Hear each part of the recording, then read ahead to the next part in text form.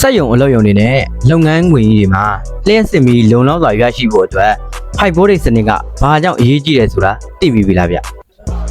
high voltage စနစ်ဆိုတာကတော့ဘက်ထရီနဲ့ inverter ကြားမှာဘိုးအားမြင့်မားစွာအတုံးပြပြီးတော့လျှက်စစ်စွမ်းရည်ကိုပုံမထုတ်လုပ်ပေးတဲ့စနစ်ပဲဖြစ်ပါတယ်စွမ်းရည်ဆုံးရှုံးမှုကိုအနည်းဆုံးဖြစ်စေပြီးတော့စက်ပစ္စည်းတွေကိုပါတက်တန်းပိုရှည်စေပါတယ်ဗျဒီလိုစနစ်မျိုးကိုလျှက်စစ်တုံးဆွမှုများပြားတဲ့စက်ရုံတွေအလုပ်ရုံတွေနဲ့ကြီးမားတဲ့စီးပွားရေးလုပ်ငန်းခွင်တွေမှာ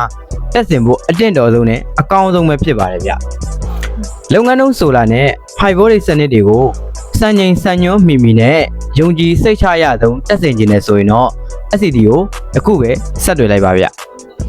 SCD ရဲ့အရည်အသွေးမြင့်ဆိုလာစနစ်ကိုယုံကြည်စိတ်ချစွာတက်ဆင်ခြင်းနဲ့ဆိုရင်တော့ကျွန်တော်ရဲ့ Page Messenger မှာပဲဖြစ်ဖြစ်